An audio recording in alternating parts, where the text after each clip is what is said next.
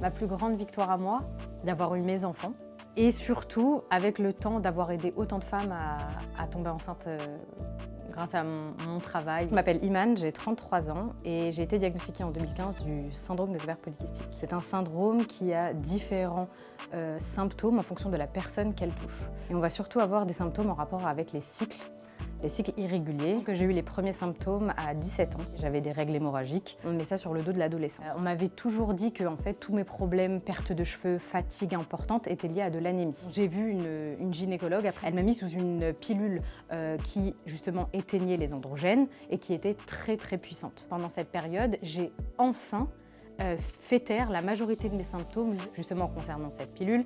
J'ai décidé donc de l'arrêter et de débuter avec mon conjoint les essais bébés.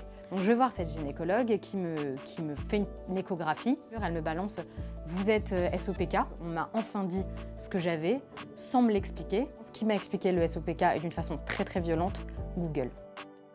Parce que quand on lit 2 minutes ce qui est dit sur le syndrome des ovaires polykystiques sur Google, mais quand on voit risque de problèmes cardiovasculaires, risque de diabète de type 2, c'est affolant. Donc j'ai regardé aux US ce qui était fait. Je comprends que le SOPK est très souvent drivé par le sucre, que certaines plantes sont vivement conseillées, certaines vitamines sont essentielles pour le syndrome des ovaires polykystiques. Premier cycle de complément alimentaire, cycle de 30 jours.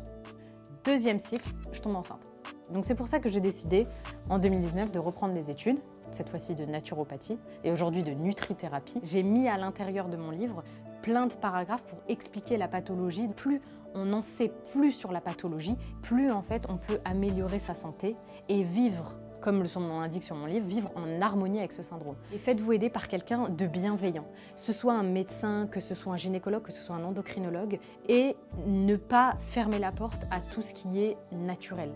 Comprendre que aujourd'hui, les compléments alimentaires, les plantes et l'alimentation sont l'une des clés pour vivre naturellement et sereinement avec son syndrome des ovaires polykystiques.